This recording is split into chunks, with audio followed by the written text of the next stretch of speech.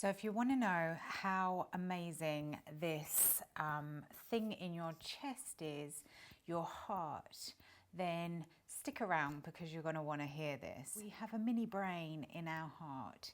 We don't just have the one brain. We in fact have three brains, one in our head, one in our heart, and one in our gut. The heart actually thinks, feels, and remembers independently of our brain. So this is really, really interesting because I remember having my heart operation, and beforehand they were saying that I could possibly have a tissue valve or a mechanical one. I opted for the mechanical one, hence why I tick like the croc out of Peter Pan now. But when I was asking the cardiologist whether there would be any implications of having a tissue one, because I thought it came from a human rather than a pig, which is what I found out later. The cardiologist sort of looked at me strangely as if he didn't understand what I was talking about. But actually, after researching myself after the heart operation, because I became so fascinated with the heart, I found out that there are situations where people have had heart transplants and they may never have liked fried chicken, for example. All of a sudden, after the heart transplant, they're obsessed with fried chicken when they've actually searched back to the person that donated that heart. The family of that member mentioned that they were real fans of fried chicken. So they do have memory cells within your heart, which is amazing, right? Now, what are the benefits of us being able to create some coherence between our heart and our brain? Because we want to kind of be working with the two brains together and syncing them together to get a more powerful signal out there. So how do we do this and what are the benefits? Benefit number one is that increases your intuition.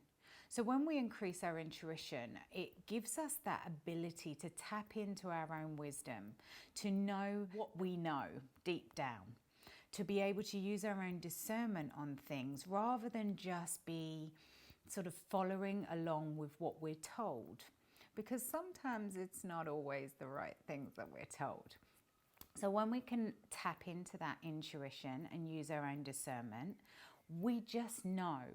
There's things that we intuitively know. That's one benefit. The second benefit is that it increases your resilience. So it enables you to bounce back a lot quicker and to look at things very differently. Another one that is good to mention is that it increases your self-regulation of your emotions. So very, very important for people that tend to be quite up and down with their emotions. You get faster reaction times. All of these things have been proven in the studies that Heart Math Institute has been studying for the past, over 10 years now. Another one is anti-aging. Now, if we look at telomeres, if you've heard anything about telomeres, then telomeres are the ends of your chromosomes, like the caps on the ends of your chromosomes. And with age, these naturally diminish. So when we have no more telomeres left, then our cells aren't able to divide, hence it's checkout time. We can actually lengthen our telomeres through a few different things, looking at our lifestyle and connecting as well. So I'll do another video on that because that's probably going to take this video way too long. But if we look at the heart-brain coherence, what that will do is lengthen those telomeres to create that anti-aging, because we have the ability to do that. All of these things are almost like superpowers that we already have within us. The problem with life is that many times we try to almost pass things out, pass our power out to either doctors or people of authority or people that we have an idea that they know better than us. But but actually we have all of these powerful resources within us, and all it is a question of having that knowledge and then tapping into those things. The final thing that I want to mention with regards to heart-brain coherence is that your connection to the field is a lot stronger. So if we imagine that in our heart we give off an electromagnetic field, it's been measured by several feet. I believe that it goes much, much further than that, and the only reason that it goes that far is the limitations on the equipment that they've got to measure it. This is really important to understand, because from a personal perspective, things that you broadcast out from your energy naturally align with that universal field to draw things that are in sync with that energy back in towards you, magnetize it back in, if you like. Now, on a collective scale, this also works as well. So if you imagine, for example, that the energy of fear, so that emotion of fear has a vibration, that energy of fear you're broadcasting out, then collectively other people with that fear are almost sinking into that fear. Then it becomes super, super powerful. But that also works on the flip side too.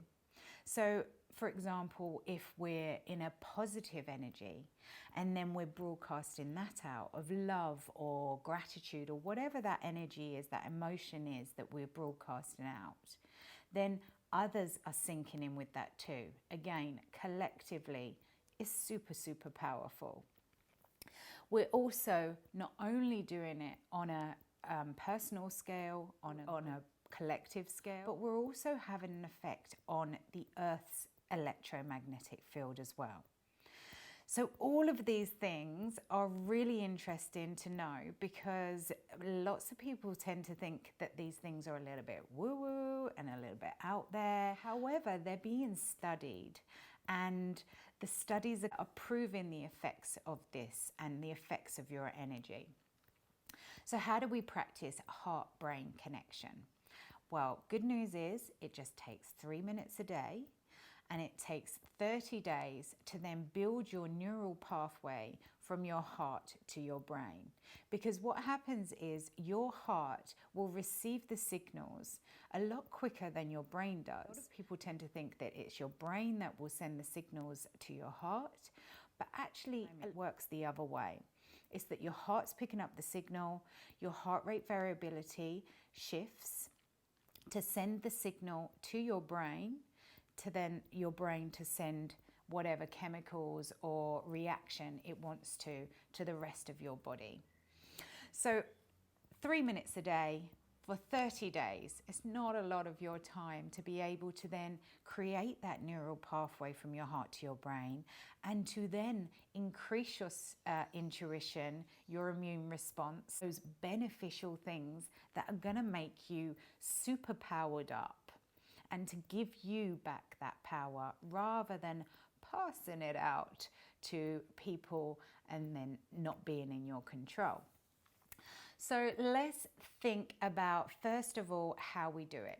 So slow the breath down and make it rhythmic. So an equal breath in and out. Like let it flow like the ebbing and flowing of the sea. Do it with your eyes closed so you can really tap in. And then place your hands on your heart. Because when you place your hands on your heart, you're sending your awareness there. I know that sounds a little bit out there, but it actually works. Wherever you send your awareness, wherever you send your focus, is where you send your energy. So when you place your hands somewhere, your energy goes there because your focus is there. So place your hands on your heart, eyes closed, rhythmic breathing, slow it down, and then start to visualize breathing in and out of your heart space. So imagine when you're breathing in, that heart is expanding, and when you're breathing out, you're sending it out to the universe. I know it sounds a little bit out there, but stay with me. Now, when you're thinking, when you're visualizing, when you're breathing, when you're seeing that energy going in and out of your heart space. Now we want to tap into the feeling, because the feeling is really important. With any manifestation, you can't have that superpowered manifestation without the feeling. So let's bring in something that you're grateful for, something or someone that you're grateful for. Now, if you struggle with this, a lot of the time with clients, if they've programmed their brain, obviously over the years, to be more negatively biased, the brain is negatively biased anyway, but if they've programmed it and almost made that a motorway that those neural signals are going down the negative, then they find it really hard to find something that they're grateful for. The easiest way that I find is to take something away. So mentally take it away. Take it away in your mind, whatever that might be. You can look at the situation recently where we've had things taken away from us. We've had our normal conditions taken away from us, you know, seeing loved ones, being able to interact with people in person, touch, connection, taking your kids to school and being able to go in the school to your school kids' functions. Things like this, simple things that we took for granted a little while ago that we had taken away from us and now are just starting to be introduced, well, in the UK anyway. So take it away, mentally take it away. If you find it hard to be grateful for something, take it away mentally and then introduce it back in again. Once you introduce it back in, just as you're seeing in the world today, you start to feel really grateful for it. So, and it can be something really simple. It can be even your breath. For me, I couldn't take a full breath when I just had my heart operation. It wasn't possible for me to take a full breath. And I longed for that moment when I could. So when I could, I was truly, truly grateful. And I can tap into that each time now because it's a feeling that I've already had. But you can do this by visualization and by feeling what it would be like without it. What it would be like without the roof over your head, your loved one, you know, whatever it is, and then put it back in, because then you're going to feel that gratitude. So start to feel that gratitude for something or someone, and then feel like it's in your heart space. Keep breathing in and out of the heart space with that gratitude, with care, with appreciation, with compassion. These 4 things really start to create that coherence from your heart to your brain, so that you're giving off a very, very different signal out there to that universal field. So I hope that helps, and I hope that that gives you a little bit of insight into how powerful your heart really is, and start living your life by design rather than by default. Stop giving away your power and start knowing your own power. I'm Michelle. I'll catch you soon.